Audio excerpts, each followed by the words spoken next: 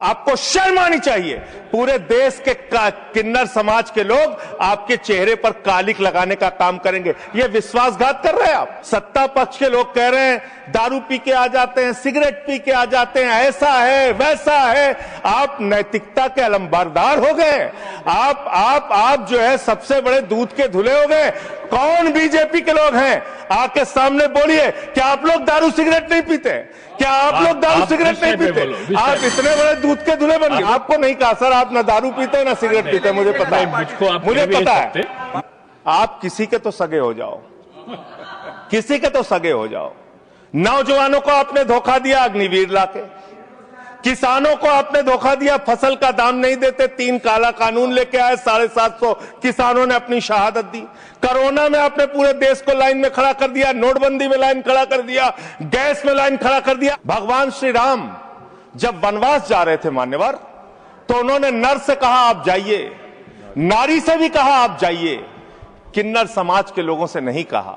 वो वहीं रुके रहे, वहीं इंतजार करते रहे, और जब भगवान श्री राम वापस आए तो उन्होंने आशीर्वाद दिया उनकी भक्ति को देख के। आप उस समाज के साथ विश्वासघात करने जा रहे हैं, उस समाज के साथ आप धोखा देने जा रहे हैं। वो बधाइयां देने का काम करते हैं, हर शुभ अवसर पर उनको बुलाया जाता है, हर शुभ अवसर पर उनको शुभ माना जाता है। आप उनको धोखा देने का काम कर रहे हैं। आप किन्नर समाज के लोगों का कल्याण करना चाहते हैं? कल्याण की कहानी सुनेंगे आप कैसा कल्याण कर रहे हैं। वर्ष 2021-22 में मोदी जी की सरकार ने 20 करोड़ रुपए इनके कल्याण के लिए आवंटित किया, खर्च किया मात्र 1 करोड़ 91 लाख रुपए, मात्र 9.55%। 2022-23 में 30 करोड़ रुपए आपने आवंटित किया किन्नर समाज के कल्याण के लिए, खर्च किया मात्र आपने 12 लाख रुपए, 0.4%। वर्ष 2023-24 में वर्ष ऑथेंटिकेट करूंगा नहीं, प्रतिशत में थोड़ा ज्यादा है। हाँ मैं बता रहा हूँ, प्रतिशत गलत करो। 0.0 ये समय जो बोला सर मुझे दीजिएगा।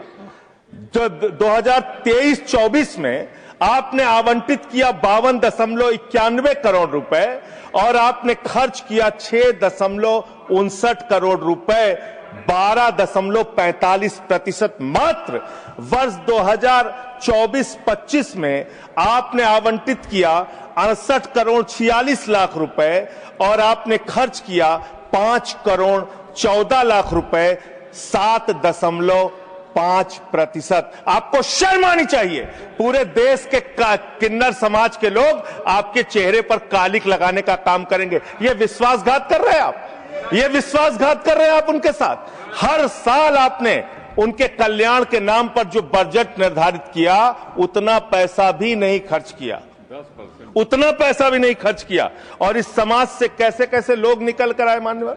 लक्ष्मी नारायण त्रिपाठी, जिन्होंने संयुक्त राष्ट्र में जाके भारत का प्रतिनिधित्व किया, इस समाज से मधु किन्नर निकल के आई, इस समाज से सबनम मौसी निकल के आई जो पहली विधायक बनी मध्य प्रदेश से, इस समाज से आशा किन्नर निकल के आई जो गोरखपुर की मेयर बनी, इस समाज से जयता मंडल निकल के आई जो बंगाल में जज बनी, इसी समाज से गौरी सावंत निकल के आई जो सामाजिक कार्यकर्ता और ट्रांसजेंडर्स के अधिकारों के लिए लड़ाई लड़ने का काम जिन्होंने किया, इसी समाज से मानवी बंदोपाध्याय निकल कर आई और उन्होंने एक कॉलेज की प्रिंसिपल बनने तक वो बनी।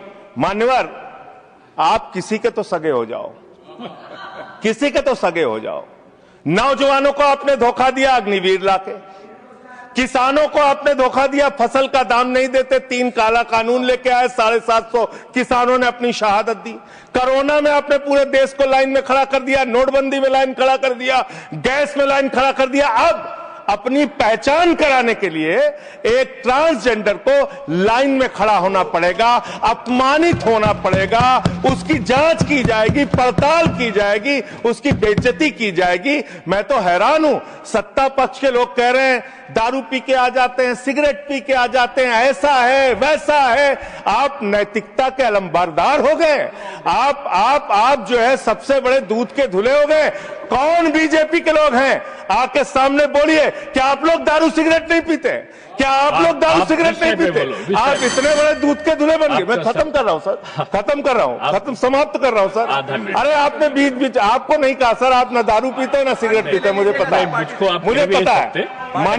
मान्यवर, मैं ये कह रहा हूं कि ऐसे इस सदन में किन्नरों को, किन्नर समाज के लोगों को, ट्रांसजेंडर्स को अपमानित करने का काम लगातार जो किया जा रहा है, ये बंद किया जाए, उनसे कंसल्ट किया जाए और तब सेलेक्ट कमेटी में भेजकर ही इस बिल को पास किया जाए। बहुत बहुत धन्यवाद।